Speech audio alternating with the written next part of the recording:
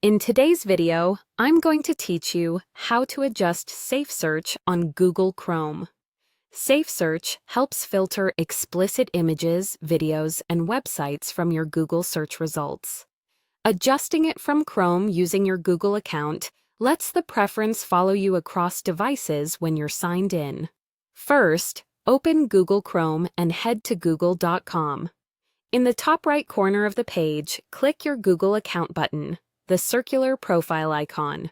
That opens the account panel and controls tied to your profile. If you don't see your profile image, you might be browsing logged out or in a guest window.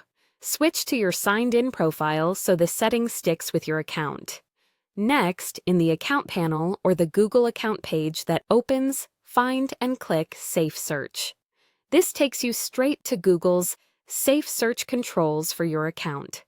The layout can vary slightly depending on region or updates, but the label will say SafeSearch, and it will include a brief description about filtering explicit results. Clicking it opens the dedicated settings page so you can pick the level you want without digging through multiple menus. Finally, select your SafeSearch preference. You'll typically see options like Filter Explicit Results, which tries to remove most explicit content from search results entirely. Blur Explicit Results, which keeps results available but blurs explicit images and thumbnails until you choose to view them. And Off, which shows results without SafeSearch filtering. Choose the option that fits your needs. Many families prefer Filter for the strictest control, while Blur is a good middle ground if you want results intact with a layer of protection. Your choice may save automatically, but if you see a Save or Confirm button, click it to apply the change. A few quick tips as you wrap up. If your device is managed by a school, organization, or parental supervision, you might see the setting locked.